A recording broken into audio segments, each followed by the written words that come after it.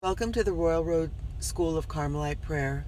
St. Teresa of Avila tells us that the divine path of Carmelite prayer is the royal road to heaven, and that those who travel it will be given a great treasure. A link to the Praying with Teresa of Avila website has been provided below to enable you to easily find the catalog of offerings on this channel, along with today's topic, the second conversion, taken from the life, Chapter 9.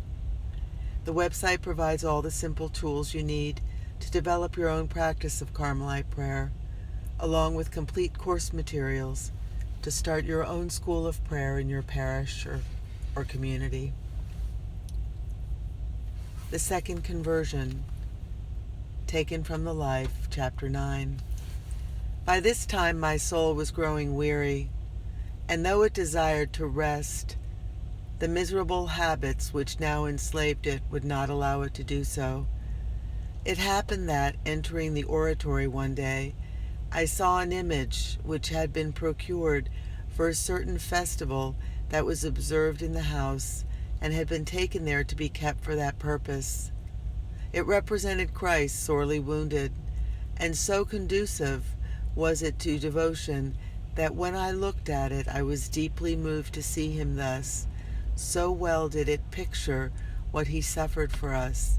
So great was my distress when I thought how ill I had repaid him for those wounds, that I felt as if my heart were breaking, and I threw myself down beside him, shedding floods of tears and begging him to give me strength once for all, so that I might not offend him. I had a great devotion to the glorious Magdalene, and often thought of her conversion, especially when I communicated, for, knowing that the Lord was certainly within me then, I would place myself at his feet, thinking that my tears would not be rejected. I did not know what I was saying, but in allowing me to shed those tears, he was very gracious to me, since I so soon forgot my grief, and I used to commend myself to that glorious saint, so that she might obtain pardon for me.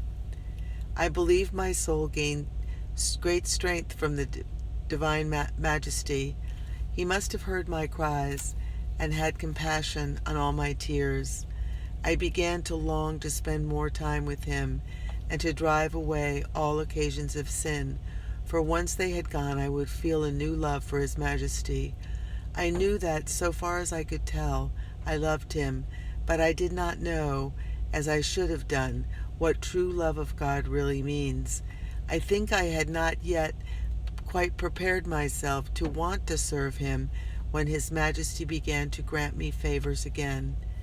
It really seems that the Lord found a way to make me desire to receive what others strive to acquire with great labor, that is to say, during these latter years, he gave me consolations and favors. I never presumed to beg him to give me either these things or tenderness in devotion. I only asked for grace not to offend him, and for the pardon of my grievous sins. Knowing how grievous they were, I never dared consciously to desire favors or consolations. His compassion, I think, worked in me abundantly, and in truth, he showed me great mercy in allowing me to be with him and bringing me into his presence, which I knew I should not have entered had he not so disposed it. Only once in my life, at a time when I was suffering from great aridity, do I remember having asked him for consolations, and when I realized what I was doing, I became so distressed that my very shame at finding myself so lacking in humility gave me what I had presumed to ask. I knew quite well that it was lawful to ask for it, but I thought it was only for those who had done all in their power to obtain true devotion by not offending him, and by being ready and determined to do all that is good.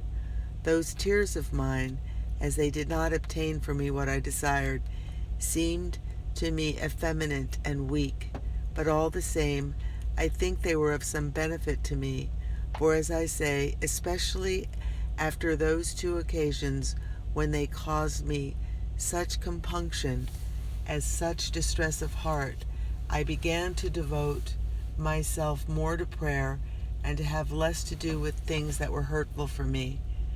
These last I did not wholly abandon, but as I say, God kept on helping me to turn from them, as His Majesty was only awaiting some preparedness on my part.